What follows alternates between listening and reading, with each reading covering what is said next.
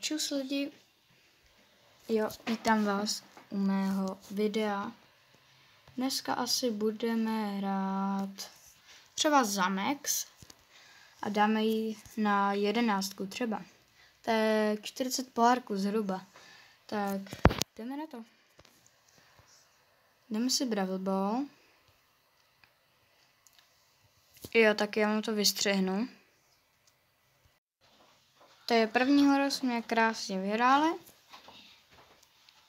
Byl jsem tam star player, úplně skvělý. A teďka jdeme na další hru. Čus lidi, jsem tady zpátky.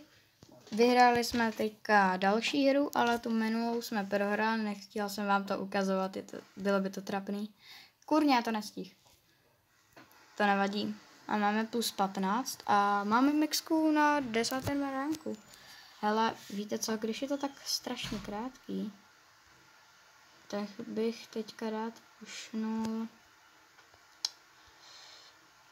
třeba Koletu na 10. ránk, jo. To zní dobře.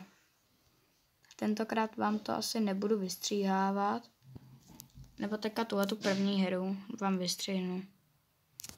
Mám tady fakt skvělý spoluteamaty. Takže to asi prohraju. Další hru jsme úspěšně vyhráli. To jsem teda fakt nečekal. Doufám, že za Koletu mi to vůbec nejde. Takže tak já vám to asi pustím jakože rovnou.